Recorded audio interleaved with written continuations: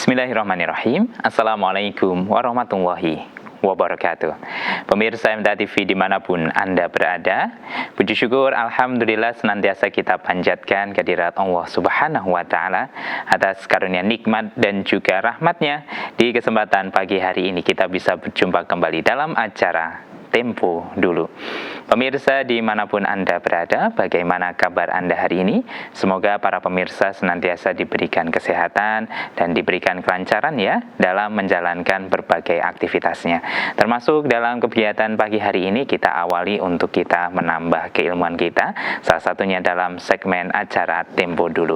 Di kesempatan pagi hari ini kita akan mengetahui bagaimana perkembangan dunia pengamatan langit ya yang dilakukan oleh manusia, dan sebagaimana kita ketahui dahulu kala manusia itu melakukan pengamatan menggunakan panca indera secara langsung, yaitu mata gitu ya, tanpa ada bantuan teknologi. Kemudian dengan adanya perkembangan zaman, mulai adanya evolusi instrumen pengamatan astronomi.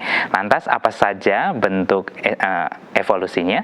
Di kesempatan pagi hari ini kita akan membahas bersama dengan narasumber kita, yaitu Bapak Dr. Hakim Lutfi Malasan, Magister Sains, selaku dosen Purnabakti Institut Teknologi Bandung, dan saat ini aktif sebagai dosen di ITERA, tim peneliti BRIN, dan dosen pembina astronomi Puspernas Kemendikdasmen, Kementerian Pendidikan Dasar dan Menengah Republik Indonesia. Saat ini beliau sudah terhubung melalui aplikasi meeting online. Kita sapa terlebih dahulu ya. Assalamualaikum warahmatullahi wabarakatuh. Waalaikumsalam warahmatullahi wabarakatuh. Ya, kabar baik sehat hari ini Pak Hakim? Alhamdulillah sehat Mas Wah. Alhamdulillah. Sehat aja. Terima kasih kami diberikan kesempatan untuk mewawancarai Bapak Hakim ini ya.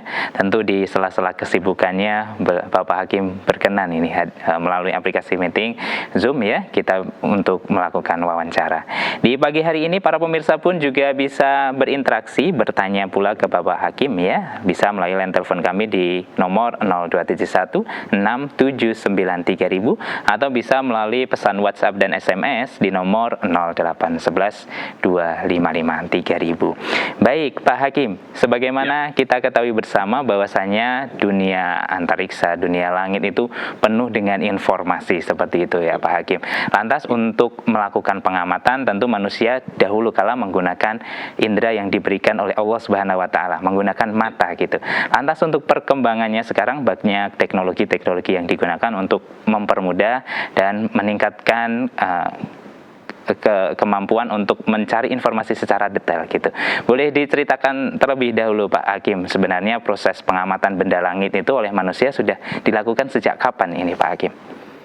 Ya, ini pertanyaan yang sangat mendasar dan pertanyaan yang justru menunjukkan identitas sejati dari falak ya atau astronomi. Astronomi sering di dalam textbook ditulis sebagai sains yang tertua. Dan kenapa sains yang dikatakan sebagai sains tertua? Karena itu merupakan sains yang pertama manusia bisa lakukan ketika dia berinteraksi dengan alam. Manusia menggunakan panca inderanya, terutama mata, kemudian menyusul pada mungkin indera peraba dan lain sebagainya. Tapi dalam konteks pengamatan langit kita bisa melihat betapa mengagumkannya manusia itu mengembangkan pemikirannya gitu ya. Ketika dia melihat keteraturan, mengamati keteraturan itu membutuhkan memang kemampuan melihat dengan seksama gitu ya, nggak cuma sekedar melihat sekilas gitu ya. Jadi bahkan dari sejak zaman dulu, zaman Babilonia, kita udah melihat banyak manusia yang memang terlahir untuk jadi seperti cendekiawan, untuk mencoba melihat dan mengesani keteraturan dari fenomena alam yang ada di sekitarnya. Nah, jadi diawali dengan hasrat ingin tahu tentang terbit terbenamnya matahari tiap hari yang menyajikan panas ke badan kita, terus malam yang gelap ditaburi oleh bintang-bintang. Nah, manusia mulai dituntun pada satu pengembangan metodologi. Nah, kalau dalam kacamata taksonomi instrumentasi modern, maka kita lihat bahwa sebenarnya manusia itu mengembangkan tiga kemampuan persepsi untuk melihat alam.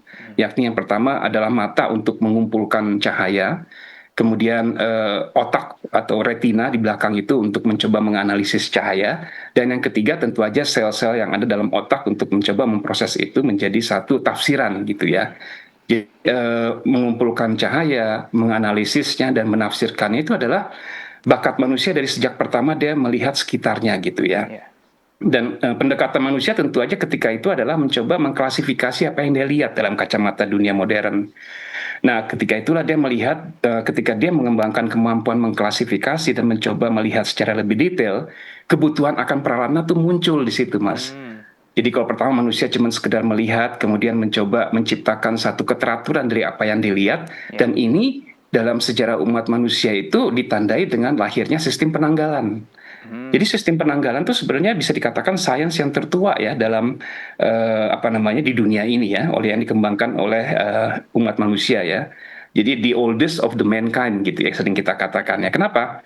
Karena dengan tanpa bantuan alat itu manusia secara apa namanya teliti mencoba mengamati terbit terbenamnya, mencatatnya itu sebagai satu patokan, kemudian menciptakan sistem kalender waktu itu.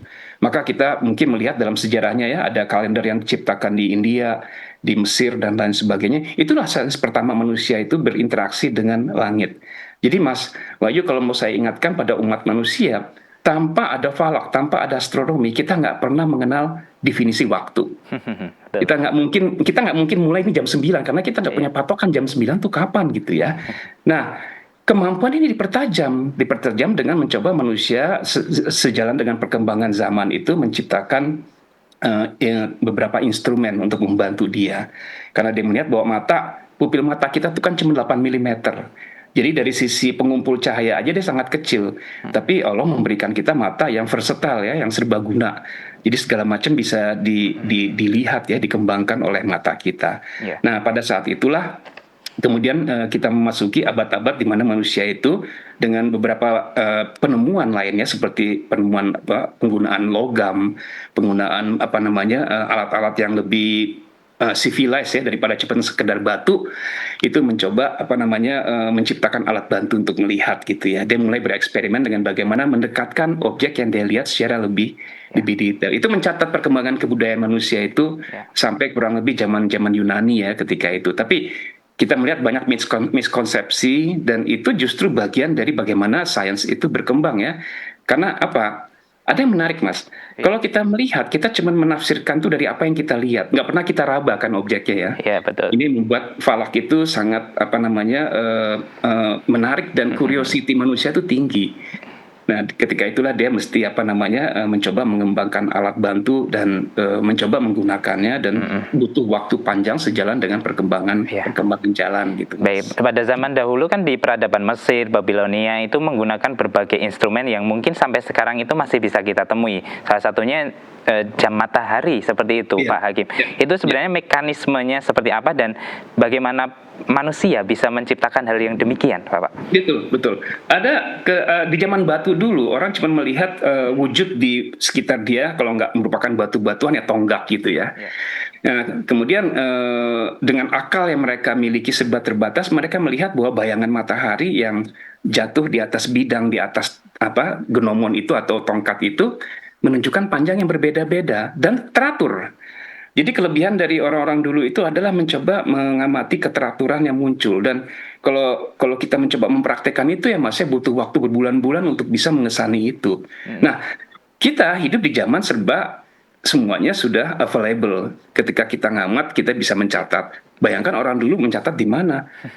Ya, di mana manusia-manusia di Jazirah Arab itu dulu ketika menghitung segala, mereka cuma menggunakan pasir untuk menghitung dan menandai. Nah, genomon itu salah satu yang tadi Mas Wahyu sampaikan itu adalah alat pertama astronomi yang dikembangkan untuk coba mendefinisikan waktu dengan mengamati panjang pendeknya bayangan matahari, kemudian bergeraknya matahari ke utara ke selatan. Dia bisa menggambarkan semuanya itu cukup dengan modal setongkat kayu, sebatang kayu yang pancangkan di atas itu. Itu ya, jadi bisa kita katakan itu ya. Baik, berarti dari ginomon tersebut kemudian berkembanglah menjadi sebuah jam yang sekarang bisa kita nikmati, yang kita pakai mungkin setiap hari dan pasti kita lihat gitu ya Pak ya. Baik, dari betul. Hal yang demikian untuk menjadi instrumen yang begitu bisa diberikan manfaat tentu ada proses penemuannya gitu Pak Hakim. Kalau secara tertulis ada tidak siapa sih yang mengembangkan atau menemukan ginomon apapun jam matahari ini yang pertama kali? Itu yang susah untuk ditelusuri, Mas, karena Genomon itu sangat terkait dengan apa namanya, kalau saya lihat sejarah Genomon itu sama dengan sejarah Stonehenge di Inggris ya, di Skotlandia gitu ya. Dan orang sedang mencari tahu siapa, tapi itu diyakini sebagai satu apa namanya instrumen yang lahir sebelum abad ke-1 Masehi mungkin, Mas, ya, sudah ada gitu ya di situ. Eh, dan anehnya, dan bukan anehnya, dan apa menakjubkannya adalah instrumen seperti itu juga ada di Amerika, lintas benua gitu ya. Setiap daerah Sehingga kita, punya jam matahari ataupun genomnya sendiri gitu ya Pak Hakim. iya betul. Jadi bayangkan, misalnya kalau kita ngomong, nggak usah ngomong Amerika sama Eropa karena Ya. obviously, tapi Asia, kita lihat di New Delhi ada observatorium namanya, saya lupa lagi, Observatorium di New Delhi. Dan itu mempunyai apa namanya tempat penyimpanan genomon yang tertua yang pernah ada di Asia Selatan di masa waktu itu, yang diyakini mungkin berapa abad sebelum Masehi. Jadi Genomon sebagai apa namanya intuisi manusia dalam mencoba membuat kalender itu sudah lahir sejak zaman dulu dan susah untuk mengklaim siapa yang menemukan, karena bayangkan dengan transportasi yang serba terbatas, kok dia bisa muncul di Di setiap tempat-tempat tempat yang gitu ya Pak. setiap tempat jadi patokan gitu di situ. Tapi saya pikir itu sebenarnya salah satu apa ya, arah pengembangan kognitif manusia, sebagai, kalau kita yakin ya, sebagai makhluk berakal yang lahir pada waktu itu. Baik, kemudian di zaman dahulu kala kan ada satu bangsa yang begitu bagus dalam perkembangan dunia teknologinya, dunia pengetahuannya, yaitu bangsa Yunani gitu Pak. Apakah juga bangsa tersebut memiliki peran dalam membuat pengamatan langit ini menjadi lebih mudah? Ya, ini pertanyaan bagus, Mas. Jadi sering ada dikotomi dalam masalah seperti itu. Apakah Asia atau Eropa yang sebenarnya, saya melihat ini bersamaan gitu ya, Mas ya. Hanya mungkin ada satu tradisi yang saya lihat positif dari benua Eropa, yakni mengcoding, mencatat gitu ya, decoding atau mencoba menulis. Di seluruh dunia yang punya kebiasaan menulis dengan baik dan menyimpan itu nggak banyak, Mas. Oh, Ya, catatan astronomi itu menunjukkan bahkan pernah pada bahkan abad ke-13 atau 12 itu pernah ada bintang meledak, supernova. Di seluruh dunia yang punya catatan bahwa bintang itu pernah meledak di rasi Kepiting ya, di rasi Crab Nebula, itu cuma 2 negara, Mesir dan Cina, oh, mencatat itu. Nah, jadi artinya perkembangan itu nggak lepas dari bagaimana perkembangan budaya setempat itu mencoba mengarsipkan segala peristiwa yang dia ini. Nah, jadi manusia berpikir ketika itu, kalau saya cuma melihat maka saya lupa. Tapi kalau saya melihat dan mencatat maka saya ingat. Apalagi kalau saya bisa melihat dan saya merekam apa yang saya lihat. Ya. Nah, ini sejalan dengan perkembangan ilmu kedirgantaran seperti astronomi. Ketika kenapa orang menciptakan genomon itu paling relevan? Karena genomon itu menciptakan bayangan matahari di tanah. Tapi dia akan hilang kan ketika matahari udah terbenam ya. Maka manusia membuat sketsa di sekitar genomon. Nah, perkembangan genomon mungkin melahirkan Stonehenge di Inggris yang khusus untuk melihat terbit terbenamnya matahari di barat dan timur. Nah, barulah ketika kita masuk dalam era metal, mulai muncul macam-macam instrumen gitu ya, seperti artillery, sphere, kemudian rubu dan lain sebagainya yang dikembangkan merujuk pada perkembangan budaya setempat.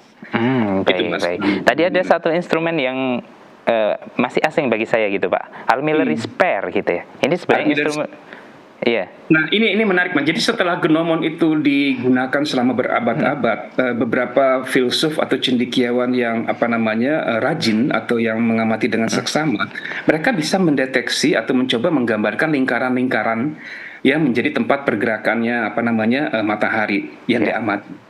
Nah, kemudian dia mencoba menciptakan busur dari situ, menggabungkannya dalam satu bola menjadi apa yang disebut sebagai artillery sphere. Jadi itu sebenarnya bola yang berisi lintasan ekliptika, ekuator, kutub langit dan lain sebagainya, yang menjadi cikal bakal ilmu yang namanya astronomi bola sekarang, Mas. Oh, baik. Ini juga menjadi sebuah tonggak awal akhirnya pengamatan langit menjadi sebuah informasi yang bisa kita dapatkan ilmunya sehingga sekarang gitu ya Pak ya. Nah, sekarang kan mulai berkembang dengan berbagai pengamatan dengan alat bantu. Apalagi dulu ada sebuah penemuan optik seperti itu ya Pak ya. Sehingga mulai melahirkan sebuah teleskop yang akhirnya bisa membantu untuk pengamatan manusia dalam benda langit seperti itu.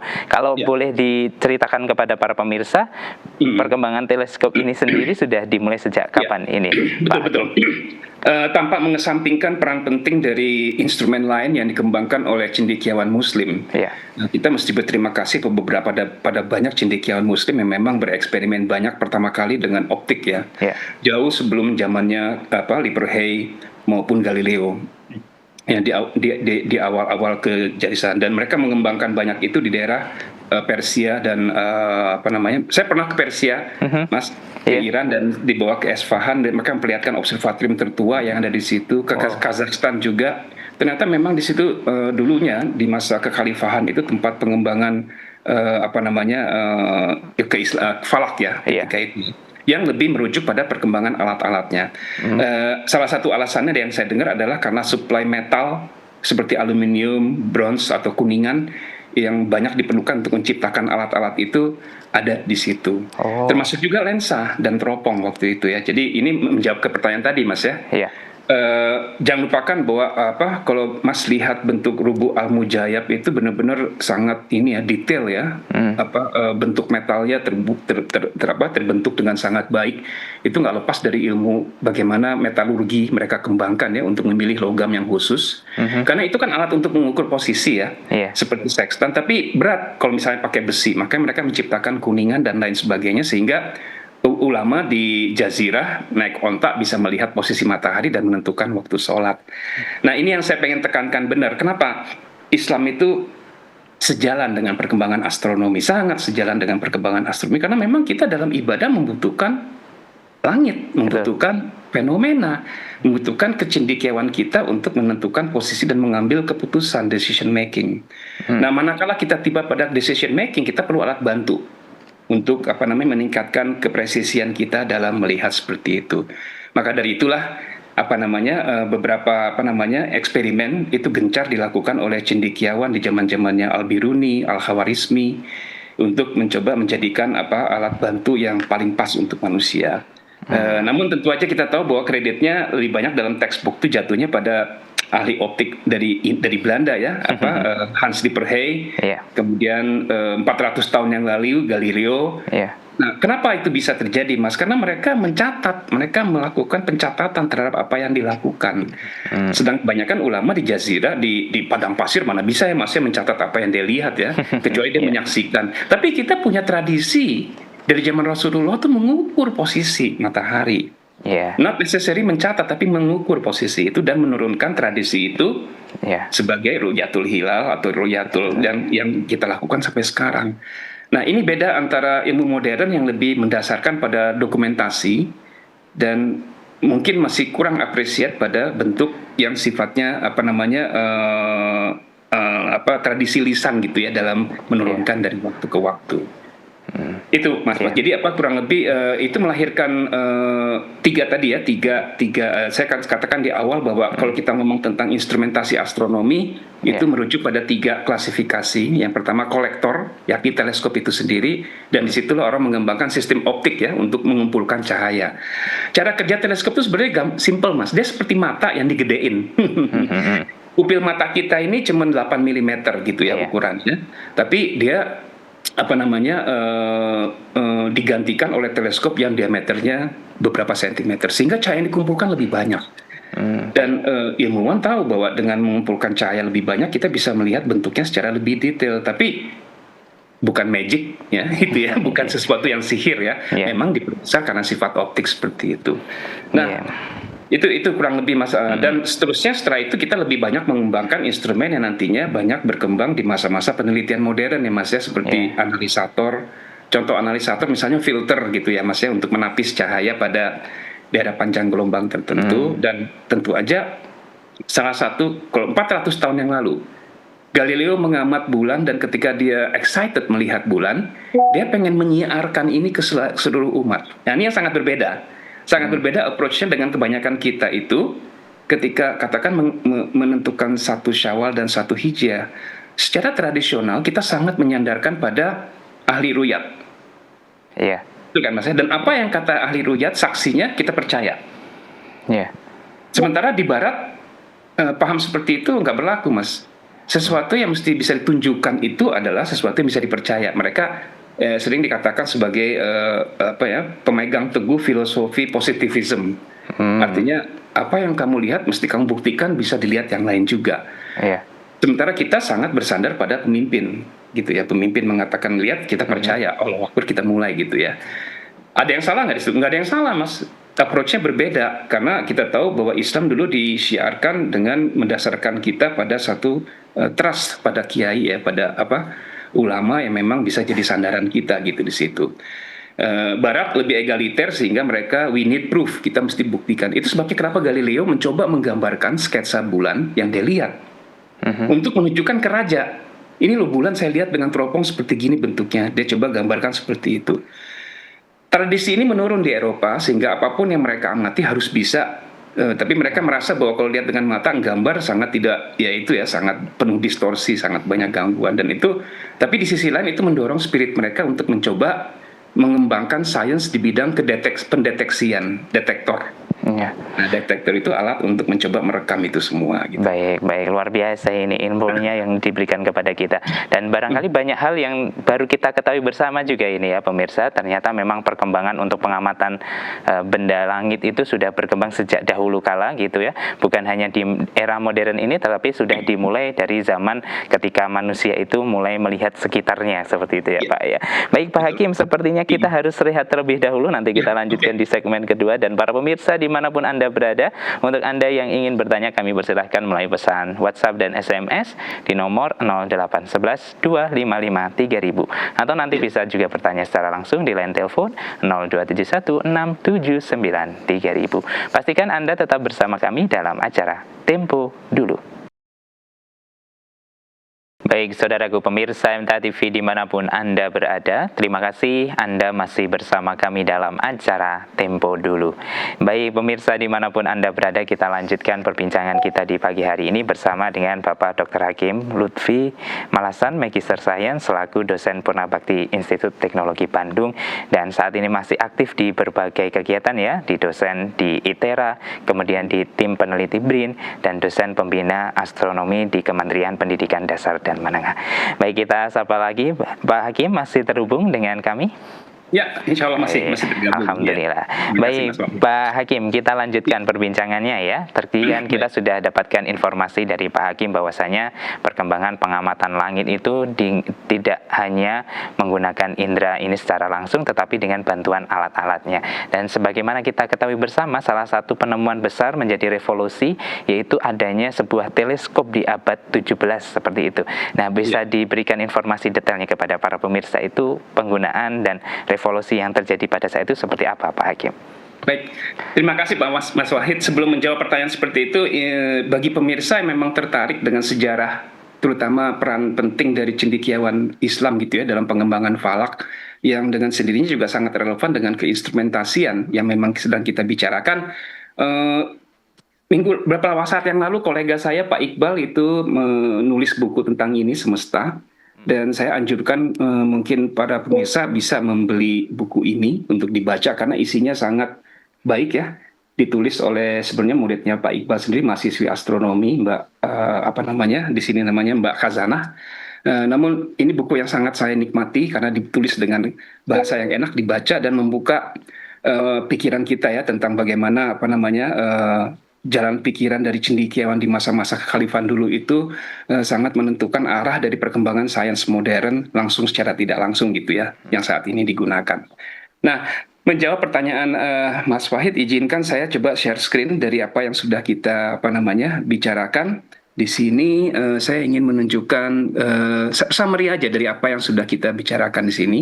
Ketika pertanyaannya adalah pada bagaimana teleskop ini mulai, maka ini nggak lepas dari peran dua orang penting. Lucunya dalam banyak textbook ini dituliskannya hanya sebagai penemuan dari Galileo. Yang perlu dicatat bahwa prinsip optik itu jauh ke belakang di zamannya Al-Khawarizmi itu sudah ada.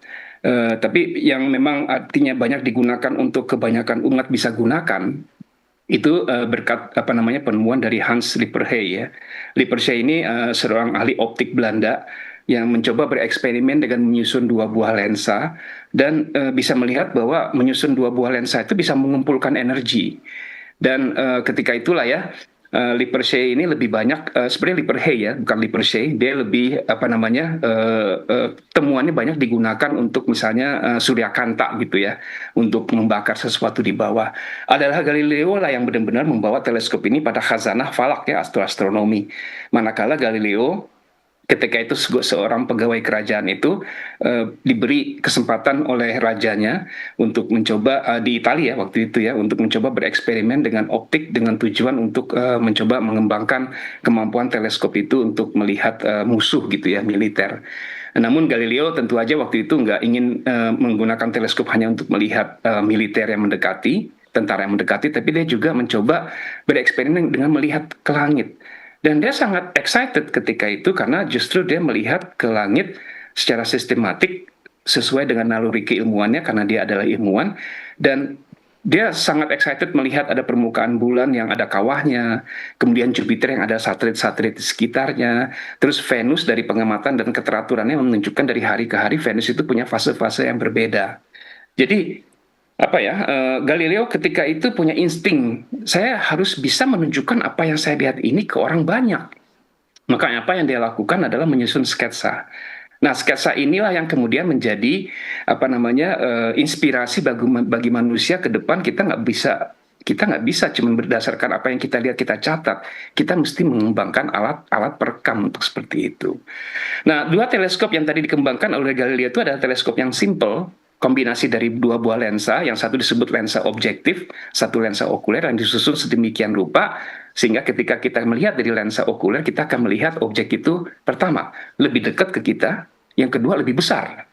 Jadi ada efek magnification sama enlargement ya, pembesaran yang terjadi di situ. Nah, itulah yang dikatakan bahwa memang setelah abad itu, bisa dikatakan seperti revolusi industrinya astronomi itu Mas Wahid karena instrumen itu satu-satunya andalan astronomi, dan sementara umat manusia membutuhkan benar pemahaman tentang langit. Maka penemuan ini mendorong ilmuwan lainnya seperti Kepler, Newton untuk mencoba bersama-sama bereksperimen. Emang kita mesti mencatat bahwa ilmuwan dulu tuh ilmuwan palu gada ya. Maksudnya segala macam mereka belajar dari kedokteran sampai, jadi nggak terkotak-kotak seperti sekarang gitu Mas Wahid. Tapi mungkin karena kompleksitas keilmuan belum banyak ya. Tapi itu mencatat betapa teleskop itu ternyata bukan cuma sekedar alat untuk melihat, tapi dia juga menginspirasi arsitektur teleskop. Sehingga orang menciptakan teleskop. Kalau Mas Wahid lihat, kalau misalnya suatu saat berkunjung lah ya ke Mesir, ke tempat lihat museum teleskopnya, itu memang teleskop tuh indah semua Mas bentuknya. Saya melihat ini dua hal. Pertama karena teleskop itu sangat dekat dengan keluarga aristokrat, kerajaan, kesultanan, dan bagi raja tuh harus ditunjukkan yang indah, yang estetik.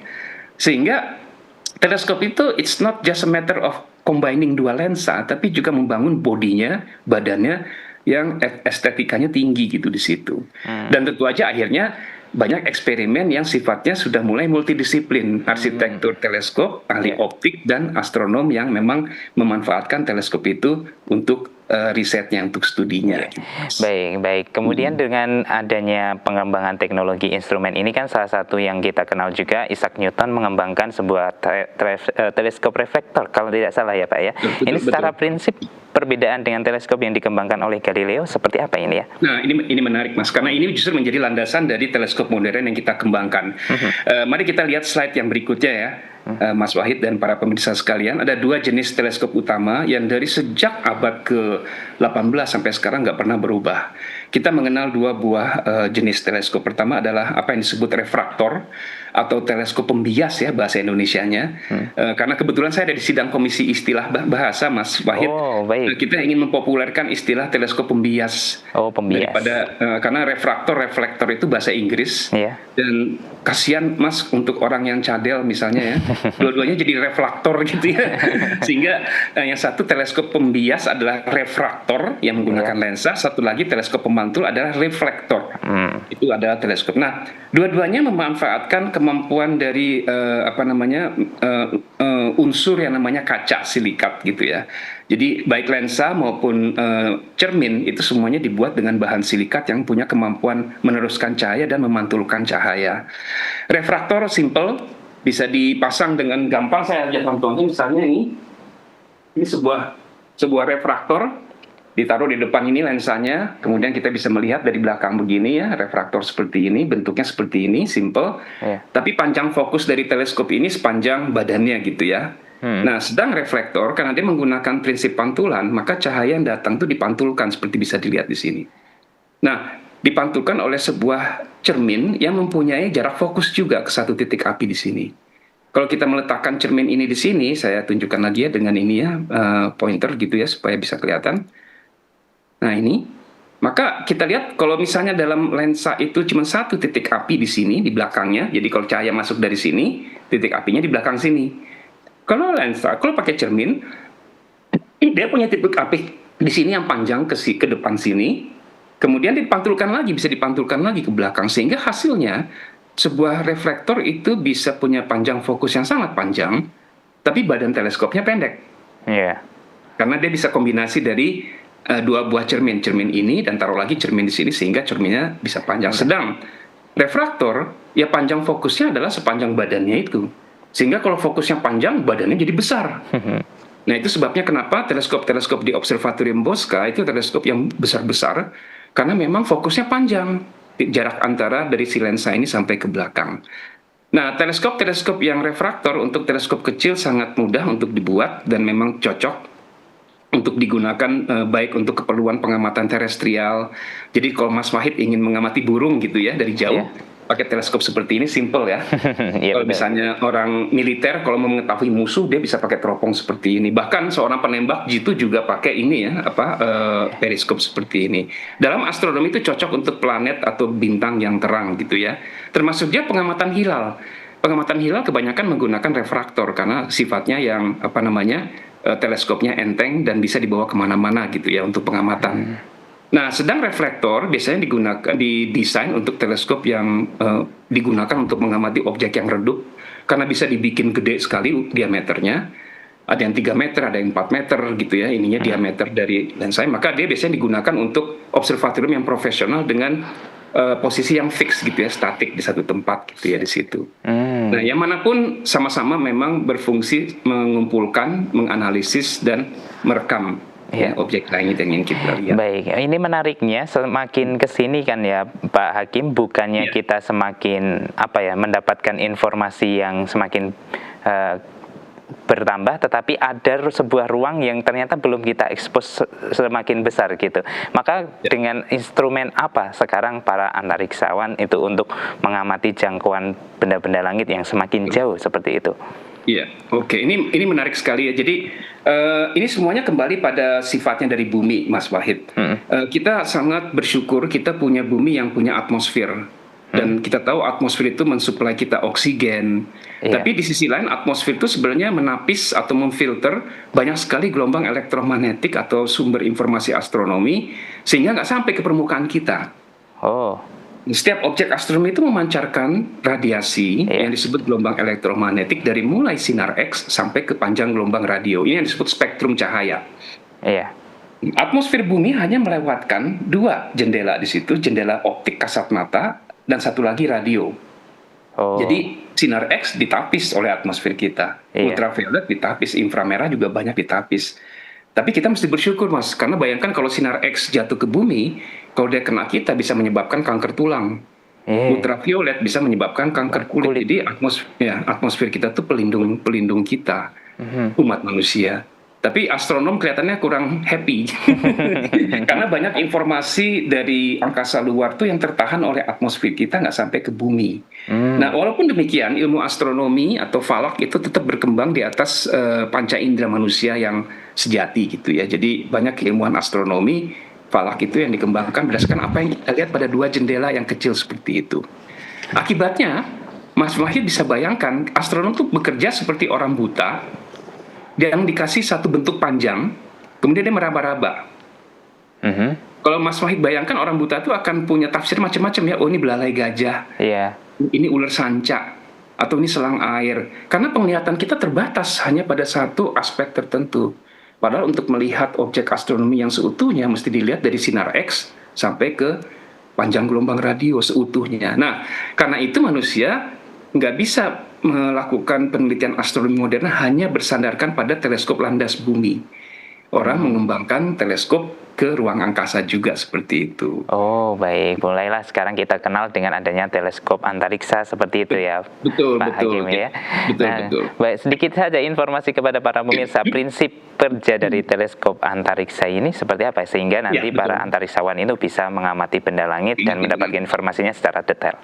Betul, betul. Jadi sama seperti yang dia kembangkan di permukaan bumi, kita mengenal dua jenis teleskop, teleskop landas bumi atau bahasa Inggrisnya ground-based teleskop atau teleskop darat ya. Satu lagi teleskop landas layang atau space teleskop ya, sering disebutnya seperti itu. Nah, abad 19 sampai abad 20 memang pengembangan yang pesat sekali dari teleskop darat modern ya. Orang membuat teleskop dengan diameter yang objektifnya ini makin gede. Ini contoh teleskop yang diameternya tuh cuma 4 cm. Bayangkan di Timau, di Observatorium Nasional di Pulau Timor, Indonesia punya teleskop yang diameter ininya itu 3,8 meter, Mas. Wow. Gede sekali. Jadi saat-saat mesti ke sana ya. Nah, itu punya BRIN yang dikembangkan di sana dan itu digunakan untuk apa? Untuk memang melihat sejauh-jauhnya kita bisa melihat ke alam semesta. Gitu ya. Nah, beberapa catatan misalnya teleskop Hooker. Sementara di panjang gelombang lain orang mengembangkan teleskop radio dan orang mengembangkan metodologi yang didasarkan pemanfaatkan 3 fungsi tadi ya, kolektor, analisator, detektor dengan teknik spektroskopi contohnya. Nah, revolusi teleskop ruang angkasa itu dimulainya dari sini Mas sebenarnya.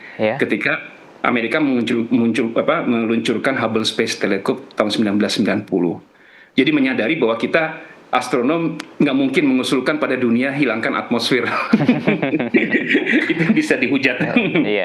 Maka apa yang kita lakukan adalah urunan mengembangkan sebuah teleskop ruang angkasa. Ini emang di leading oleh Amerika, tapi pendanaannya bisa dilihat share dari seluruh dunia.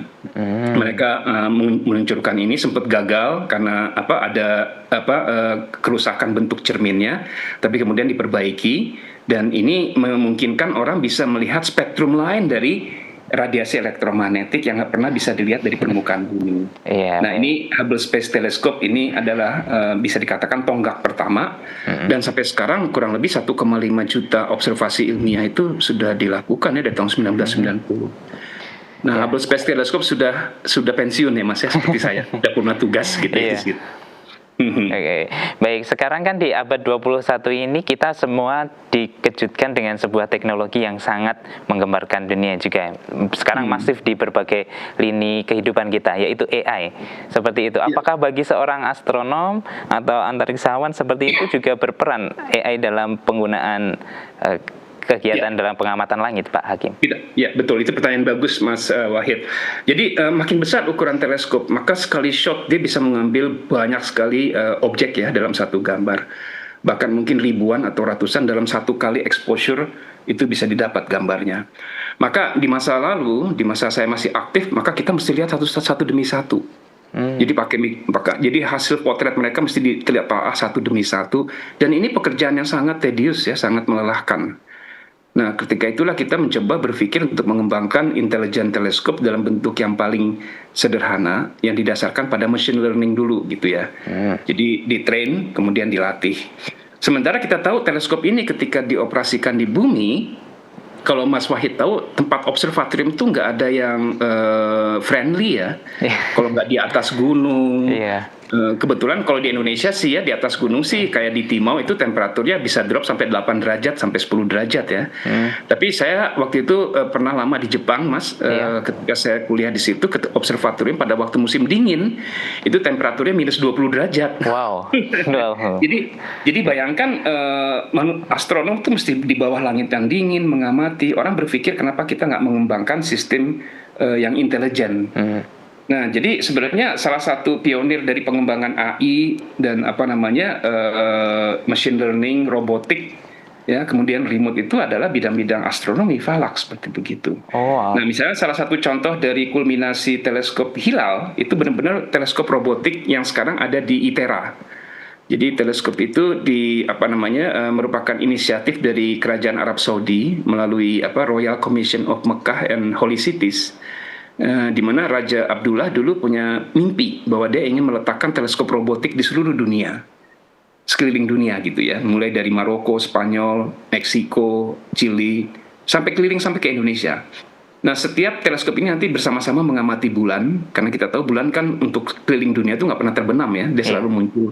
Kalau di satu tempat bulannya baru, di tempat lain bulannya mungkin berpurnama dan lain sebagainya gitu ya.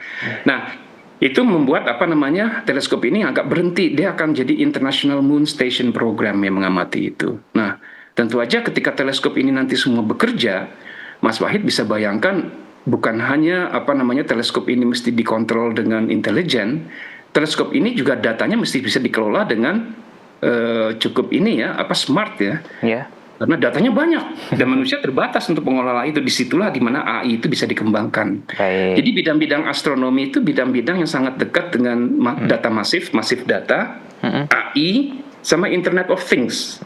Internet of Things itu termasuk robotic operation, di mana teleskop itu kalau misalnya langitnya cerah, kemudian katakan ini perhitungan dari kalender Komaria, ini udah mestinya hilal udah wujud, maka teleskop ini akan otomatis ke sana ngarahkan. Dan dia akan mencoba mengambil citra. Ya, tentu aja dia akan menjustifikasi itu berdasarkan awan ada apa enggak gitu di situ. Nanti ketajaman dia dalam melihat, dia akan proses. Nah, kemudian supposed to be a decision support system gitu ya, untuk nantinya ke depan menentukan umat dalam menentukan hari raya contohnya ya, dan lain sebagainya. Sementara di tataran sainsnya sendiri kita yang paling akhir adalah James Webb Space Telescope yang seperti slide-nya ada di sini. Ini baru 5 tahun yang lalu dan sekarang sedang aktif. Dia bisa mengamati sampai ke dekat sekali dengan tepinya alam semesta kita gitu ya.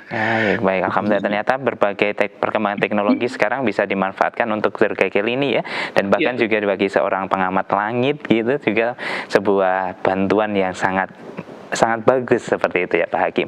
Baik, betul. Tidak terasa Pak Hakim, kita ternyata sudah hampir selesai di akhir perjumpaan, dan sebenarnya masih banyak hal yang ingin kita bahas, tapi karena waktu gitu ya, lain kesempatan mungkin kita bisa berjumpa kembali Pak Hakim. Ya, barangkali kita bisa berjumpa di Solo gitu ya Pak Hakim ya. Sehat selalu Pak Hakim. Terima kasih banyak Mas Wahid, senang sekali bisa ketemu dengan semuanya. Salam ya. Assalamualaikum warahmatullahi wabarakatuh. Waalaikumsalam warahmatullahi wabarakatuh. Baik pemirsa MTA TV dimanapun Anda berada, demikian tadi telah kita ikuti bersama acara Tempo Dulu untuk edisi hari ini. Kami mengucapkan terima kasih untuk perhatian Anda, dan mohon maaf apabila ada pertanyaan yang belum sempat ya kami bacakan di kesempatan hari ini. Akhirnya saya Wahid Arifuddin mewakili rekan kerja yang bertugas pada pagi hari ini pamit undur diri. Alhamdulillahirabbil alamin. Wassalamualaikum warahmatullahi wabarakatuh.